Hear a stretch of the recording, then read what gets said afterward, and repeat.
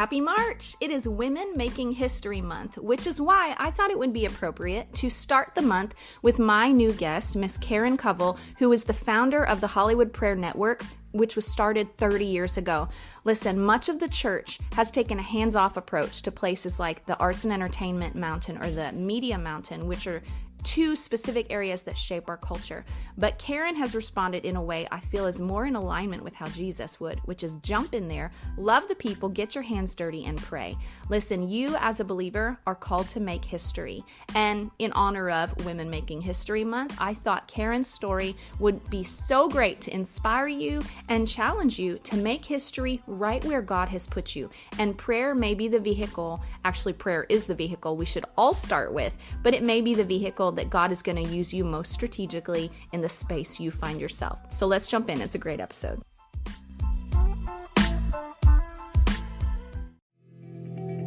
Hi, you're listening to Java with Jen with your host, Jenna Lee Samuel. On this show, I bring the simplicity of hearing God's voice into everyday life in a no-nonsense, authentic, and super practical way. With coffee in hand and real life in our faces, let's do this.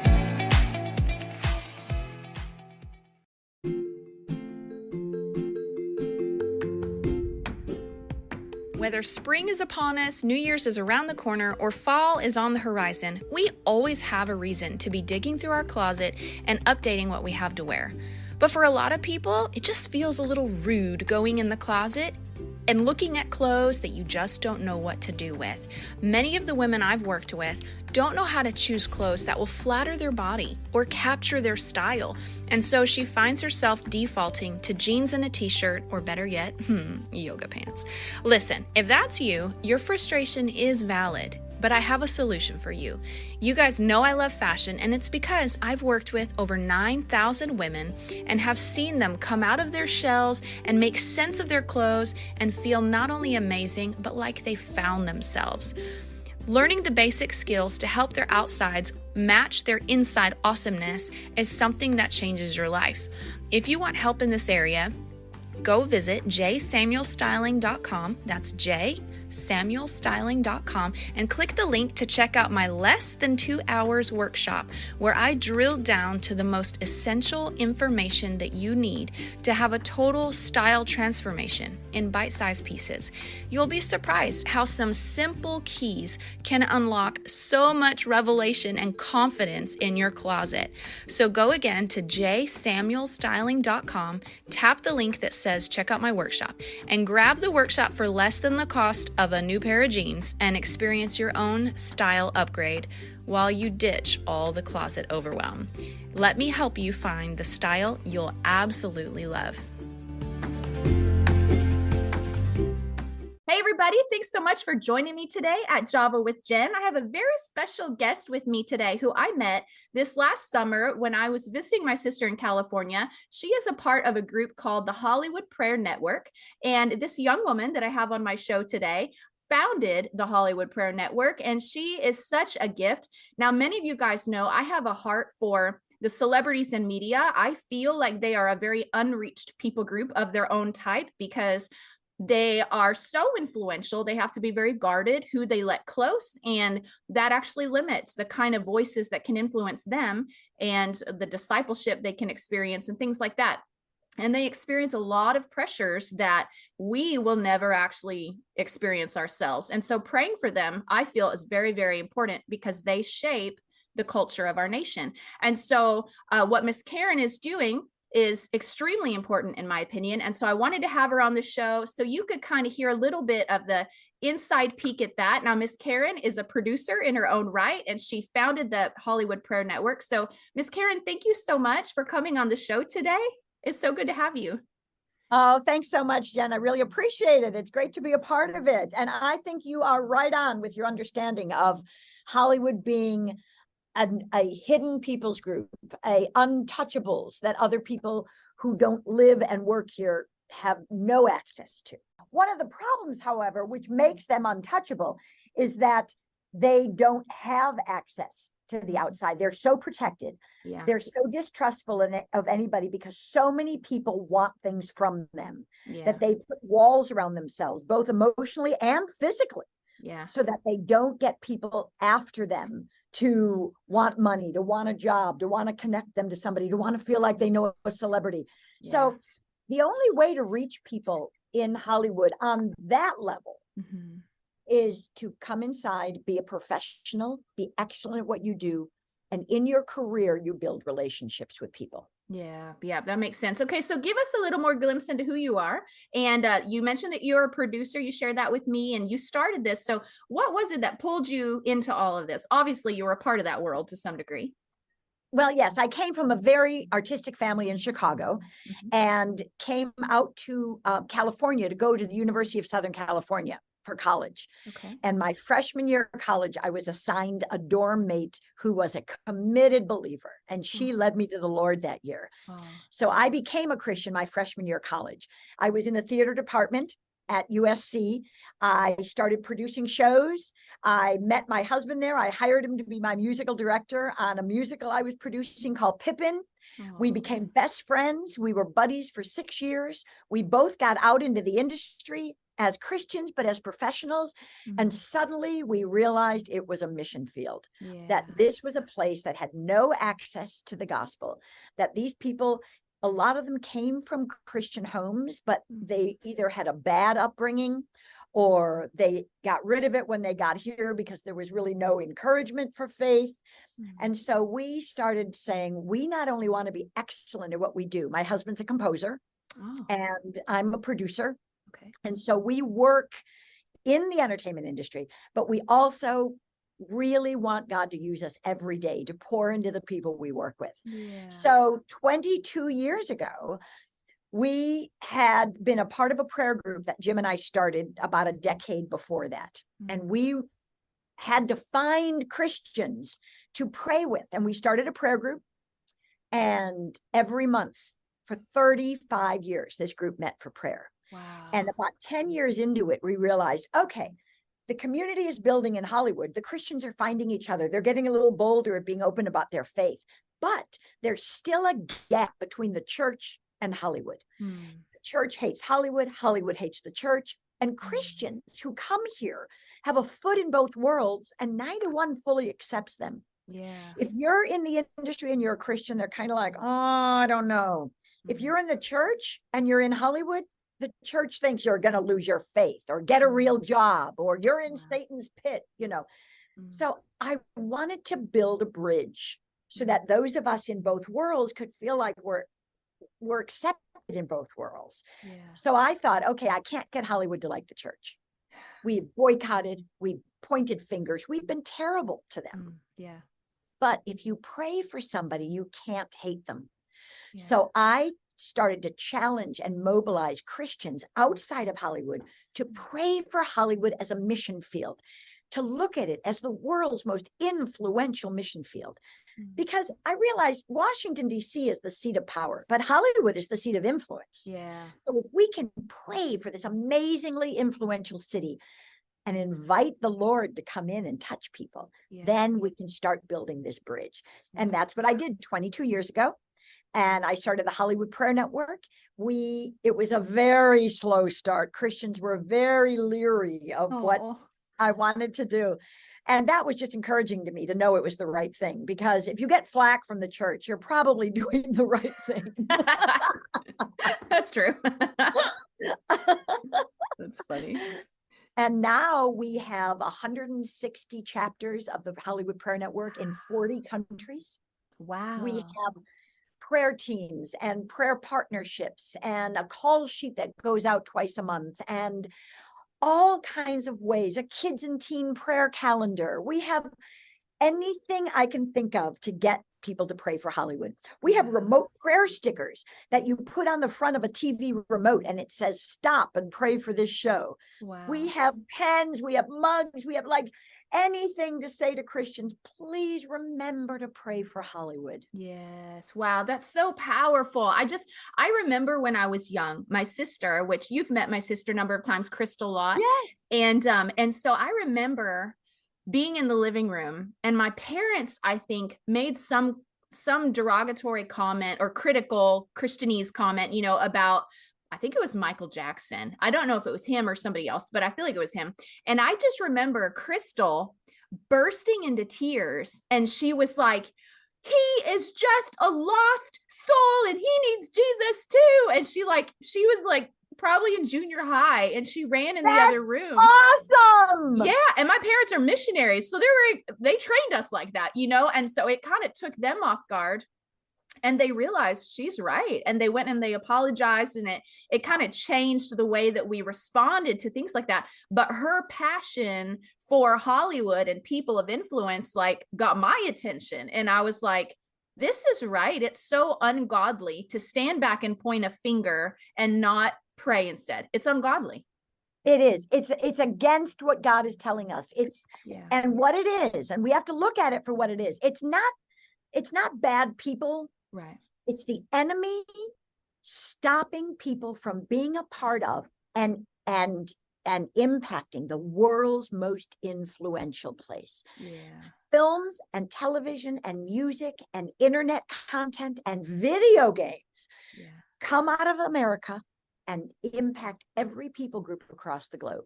Mm-hmm. So of course the enemy doesn't want Christians in arts and entertainment. Yeah. And we have to be a step ahead of that and understand that and say, no way. This is the right place to be. This is where Jesus would be if he came back here today. We need people to pray. We need people to be excellent at their work and share their faith. We need to build our community. If we don't do that, the enemy's won. So let's be smarter and more strategic and get in here and make an eternal difference just by showing up. Yes, absolutely. And there's a book that Johnny Enlow wrote called The Seven Mountain Mandate, I feel like. Have you know of this, I'm sure? Very well. Oh, so my goodness. Powerful. Here's the irony. Jen, the irony is 2 of the 7 mountains come out of this city. Wow. Media and arts and entertainment. Yeah. Out of 7 mountains, 2 of them come out of this city. And yet I've gone to so many prayer meetings where they're praying the 7 mountains and they leave out those 2. What? It's blindness. It's crazy. 2 years ago, I was invited to go up to Sacramento, California, the capital of the state, and pray on the National Day of Prayer for the 7 mountains. I was going to represent entertainment. Okay. And when I got up there, I realized, I said, who's going to represent media? Oh, we don't have anybody for that. I said, well, can I do both? They're like, well, yeah, that's great. When I was done, I had people come to me saying, we have been doing this for over 30 years. We have never had someone pray for arts and entertainment and media before. How? Craziness. It's a blindness. Yeah. It's the enemy going, nope, I'm not going to let Christians touch that influential place. Right. Wow, that's so crazy. And when the Lord pulled me into fashion, I work in fashion business. And so I kind of like I have feet on multiple, because I'm a pastor, and then I'm in media with podcasting. So I kind of have feet on multiple mountains. But even people very close to me were opposed to me getting into fashion. And I said, and as a pastor even, and I said, why are you opposed to this? And they said, because it is an ungodly industry and you need to have nothing to do with it. And I said, that is exactly why I need to be in the middle of it, because the church has taken a hands-off approach. Why are we surprised it's ungodly and the devil plays with the whole thing? I was like, we have forfeited our dominion and our kingdom ownership in these spaces. And then we point a finger at the world. Shame on you for being evil. Well, what else are they going to be? They don't have Jesus. Oh, you are preaching my gospel. I am telling you, this is so exciting. If you're in a place and you're light and you leave, it gets dark. Yeah. This is foundational biblical truths that Christians can't see. The reason why entertainment is so bad, it was started in Hollywood by a family that was Christian. Hollywood, the city of Hollywood, was started by a Christian family. They wanted it to be a private, beautiful, quiet Christian residential area. Mm. They put the Hollywood Land sign up on the mountaintop. That was a Christian residential area. Wow. And they put a sign a brass plaque on the fancy stone gate going up into their area that said no dogs or actors allowed. What? From the very beginning, there was Wow. this divide between the entertainment industry and Christians, and we have not yet figured it out. We have got to be there. If you want to be in the hardest place in the world to go share your faith, you have churches embracing you and paying for you and praying for you and sending you out and commissioning you. If you want to go to Hollywood, I can't tell you the number of people that have told me their pastor said, you're going to lose your faith. Wow, that's horrible. That, it's, when I went to Billy Graham's property in Charlotte, North Carolina, we went and we saw the whole thing, heard his whole story, saw his whole museum. But what struck me is he was one of the first believers to get on radio. When radio came out and TV, he was like, that is a megaphone to get the gospel into the world. But everybody else, they weren't seeing his vision. They weren't seeing what he was seeing. They were like, no, let's do it the way we've always done it behind the pulpit. He's like, no, this makes our voice bigger. Let's do the thing. And so I can only imagine the flack that he experienced. But to this day, he is considered the most influential minister of the gospel in history because he took that. Yeah. That's it exactly. First of all, we have to be radical. We cannot play it safe. If there's a place that seems scary to us, we have to go, Lord, you are bigger than anything. Yeah. We want to be used by the Lord to bring the truth to everybody. There is no people group we should say no to. Yeah. Jesus sent people out in the very beginning. I want to make you disciples from Jerusalem to Judea to Samaria and across the globe. We need to be in places that are tough. And when we get there, we find out these are just people who God loves and needs to hear the truth. There's nothing scarier about Hollywood. My husband and I came here. We have had careers here for decades. We got married here. We raised 2 children here. We are in ministry here. The boogeyman didn't get us. It's nothing horrible. We didn't compromise our faith by working in Hollywood. Yeah. The Christians who understand the message, like you and me, have to keep telling others, don't talk against it. Don't think it's too scary, and make your God bigger so that this is not such a big deal. Yes. I was sharing in my small group last night. We were talking about King David and Goliath. It's the same kind of situation. We were talking about how David could have gotten intimidated by the fact that the Israelite soldiers who are trained for war were intimidated. And so that could have made him nervous. And then he had to go before the king as a little boy, and he couldn't work with the armor. He couldn't work with the weapons. So that could have intimidated him. And all these people telling him, you can't do this, that could have intimidated him. And then he stands before Goliath, but he stayed focused on what his God had done in his life and what God could do. And that gave him the courage to take down Goliath and to set the Israelites free. And so I'm like, if we keep our eyes focused on, like you're doing through prayer, what God can do in people's lives, Hollywood isn't scary because your lens is what God can do. That's it. Oh my goodness. Nothing should be scary to a Christian. Yeah. Do you know how many times I've noticed through the pandemic that God talks about fear in the Bible? Do not be afraid. Every time an angel comes to a person in the Bible, Old Testament and New Testament, the first thing they say is, do not be afraid. Yeah. Do not fear. Do not be afraid. God is so much bigger than anything or anyone we will ever come across in our lives. And that's exciting to me, because here I am in a place where I feel privileged to be a part of this beautiful creative community. Yes, a lot of them don't know Jesus, but then I get the chance to share my faith with them in a loving way as a coworker, not as someone telling them how to act or what to do, but someone who is a friend and respects them for who they are, and then just opens up about what I have discovered and what other people have told me about the greatest hope that I have. And people are hungry for that. Yes, it's so true. Okay, so talk to me, since you guys have been praying out there for 35 years, you said, right?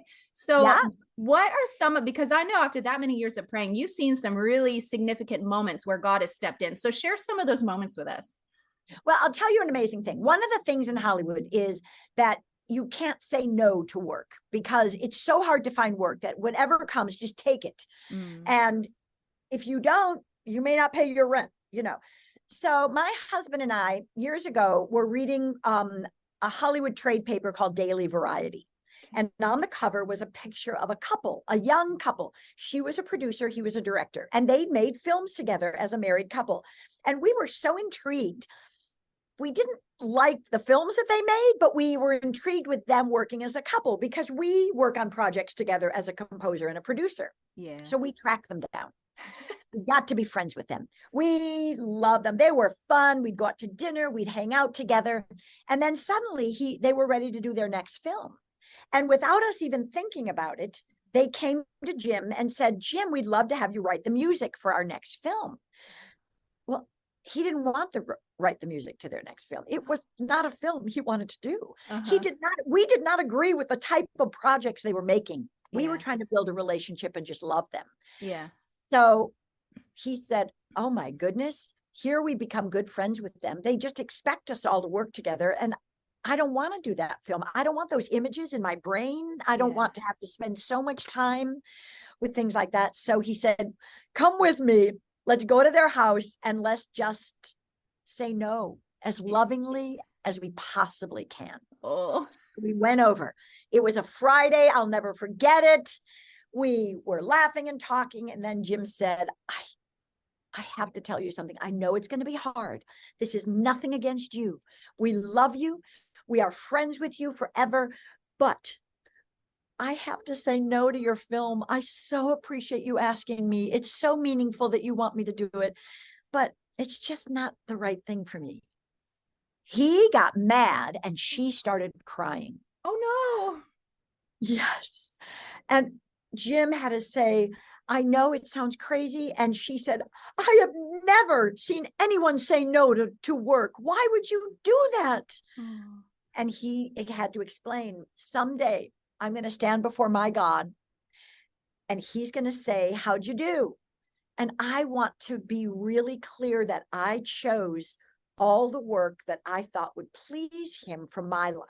Mm-hmm. I'm not judging anybody else's life, but he said, I'm a young dad. Mm-hmm. I want to keep images out of my head that may just be distracting or hurtful or get me off track. Mm-hmm. And I just feel like there are some things in this movie that just wouldn't be good for me to keep looking at for me to score. Yeah. Well, it was a tough conversation. No kidding. They were insulted. They were hurt. They were confused. They had never done this before. They thought that they literally told us they thought we were friends with them so that we could work for them. Oh, wow. And we said, no, we're friends with you because we love you. Yeah. And that was almost unimaginable to them. Wow. Wow. Because relationships in Hollywood are very transactional. Yeah. There's a reason to meet someone. They can get you work. They can get you to meet somebody else. You can position yourself better. It's always transactional. And we just were relational. And that was hard for them to understand. Wow. So we left. It was uncomfortable. We just prayed all the way home. Lord, don't let this end the friendship. You know, we really felt like it would. We had the weekend. Monday morning, I start work and I get a phone call. It's from my friend who cried on Friday. Uh-huh. And she said to me, hi. And I said, hi, how are you? Well, I had a terrible weekend. I said, you did? Why? She said, I walked around the house going, am I a moral person? What's wrong with me? What's going on? What did I do wrong? She said, and I thought, Karen knows something that I don't know. Wow. Can we get together? And can you tell me about why you guys do what you do and who you are? Wow. And I said, I would love to. Thank you. This means the world to me. I thought I would lose your friendship and now I get to spend more time with you, you know. And she was really thrown. And we got together and started meeting together every week. And she became a Christian. Wow.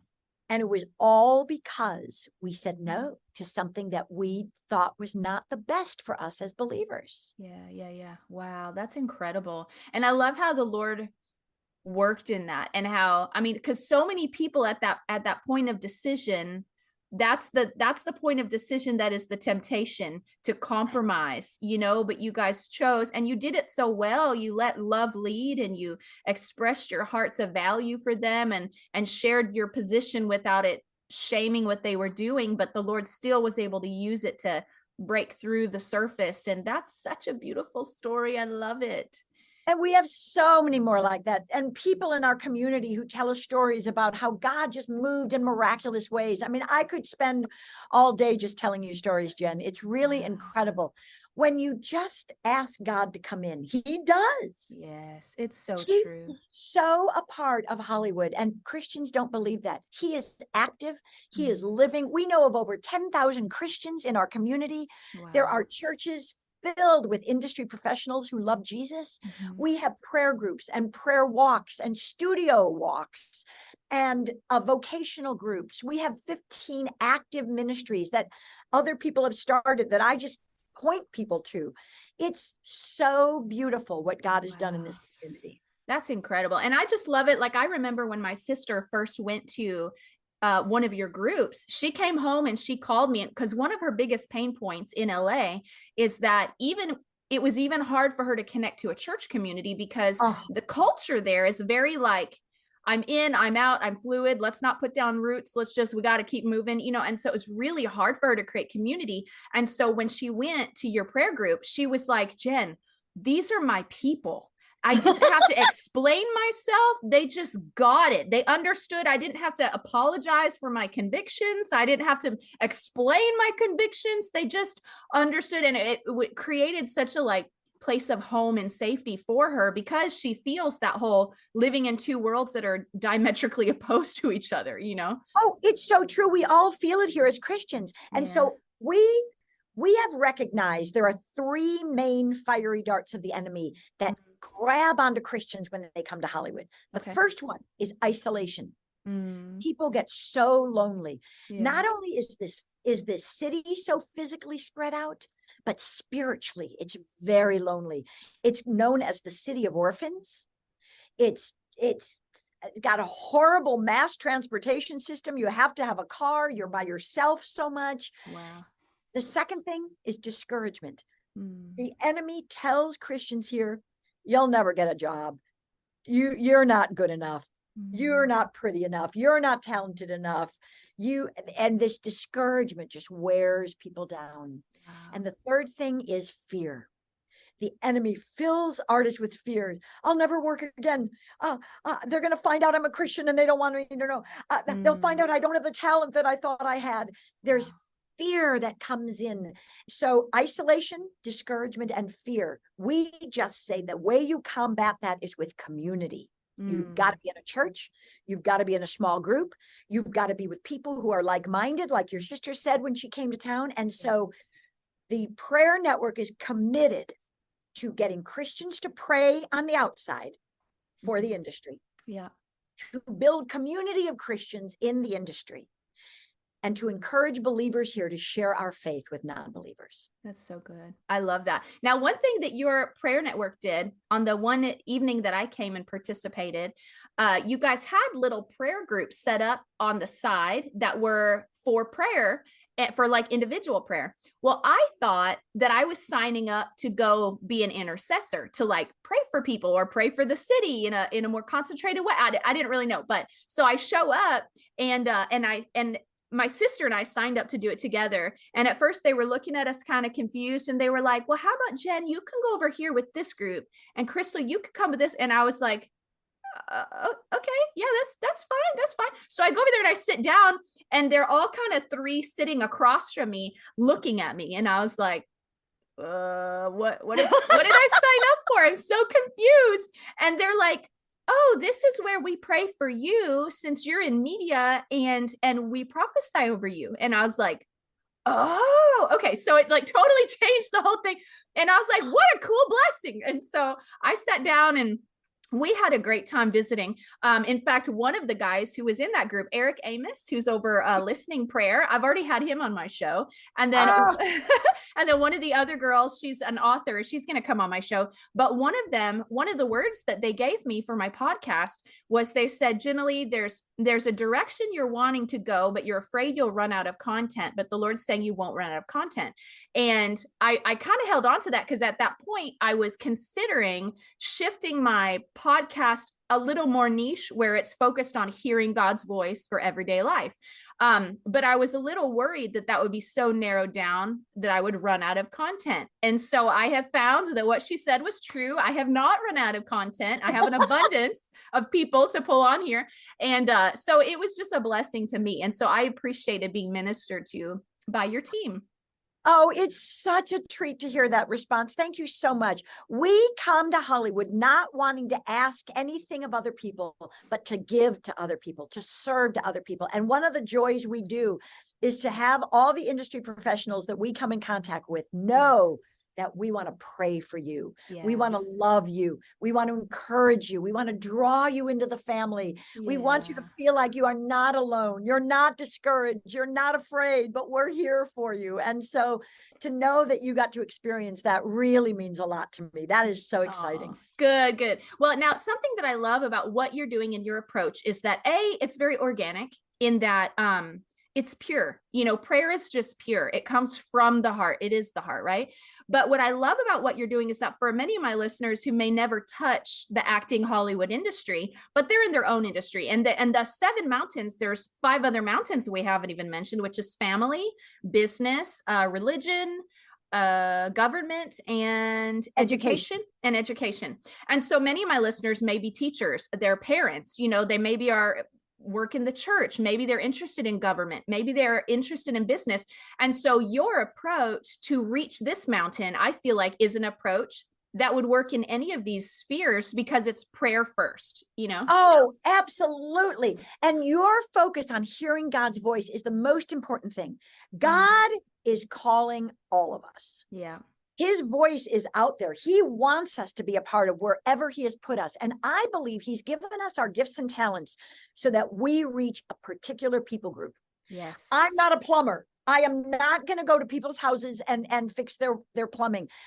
But plumbers who do, they have a mission field where every day they're going out and they can bless other people. That's not only using their gifts and talents, but having a people group that they can minister to. If you're in education, if you're in business, if you're in government, that's where God placed you, gave you gifts and talents to be good in that area, and wants you to share your faith, wants you to be salt and light, wants you to build community, wants you to live like Jesus. And then every people group is covered by somebody. It's true. It's so true. We all do our part. We're one body. We each do our little part, right? Okay. So how can people connect with you and get on? I love getting your emails, because you point out like things we can pray for celebrities that I didn't know they were going through, you know? So how can people connect with you? Well, you can go to hollywoodprayernetwork.org, Okay. hollywoodprayernetwork.org, and hit join. And you can get our we call them prayer call sheets. A call sheet is a list of who's supposed to show up on the set the next day. And so we're sending it out to people to say, show up and pray. You can get to be a prayer partner. We match prayer partners, an intercessor on the outside with a Christian industry professional on the inside. Wow. Put them together, men with men, women with women, and then you can pray for that industry professional as your media missionary. Wow. Or like you, generally, you can sign up and we'll assign a intercessor to pray for you. Wow. As their media missionary. We have a kids and teen prayer calendar, so that young kids, every month it's updated. You can pray, they can pray for the people they're listening to and watching. Wow. We have a parents prayer team where parents whose children are in the entertainment industry, whatever age, grown adults, the parents can be praying. Your parents can be praying for you and Crystal. That's amazing. And just being a part of other parents saying, let's lift up our children of any age and encourage them and bless them as they're working in entertainment. Wow. Or get involved with a local chapter. If you go on the front page of our website, the homepage, on the top, you just click on chapters, and the whole list of chapters comes up, and you can find out, wow, there's one in my town. I'm going to connect with this person. Or there's not a chapter in my city. Maybe I should start one. Whatever you want to do. We just want Christians to mobilize and make an eternal difference with the people who influence the world. That's amazing. So that's HollywoodPrayerNetwork.org. That's amazing and wonderful. You guys get on the email list. It's really just neat. And if you have, maybe you're in a different industry, getting their emails is kind of like a good template or guideline, even to give you ideas how you might do that in your own field or in your classroom, in your school or wherever. And so I just love that. Miss Karen, thank you so much. Now, I don't want to miss out on your life hack. So you guys don't go anywhere. Miss Karen has a life hack for you coming right up.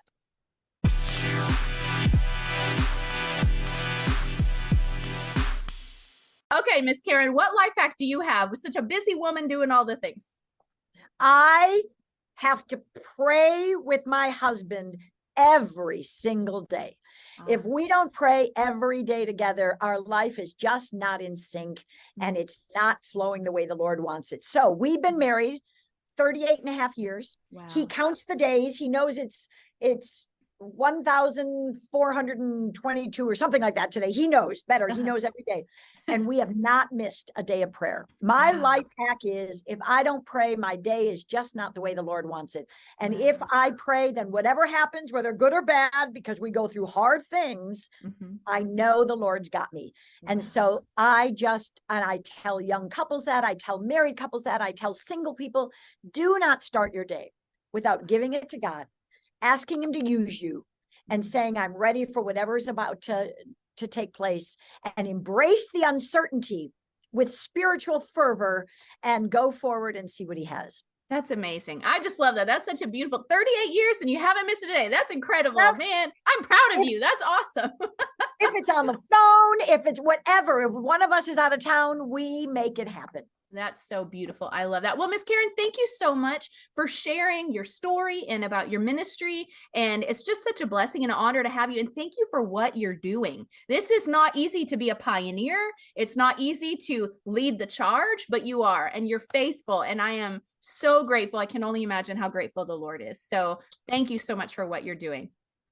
Thank you. Thanks for having me. Absolutely. Okay, you guys, thanks for listening. And listen, share this episode. I don't know about you guys, but prayer is one of the easiest ways to step into the powerful place as a son of God that God has given you. Prayer is free. Prayer is easy to do on the go.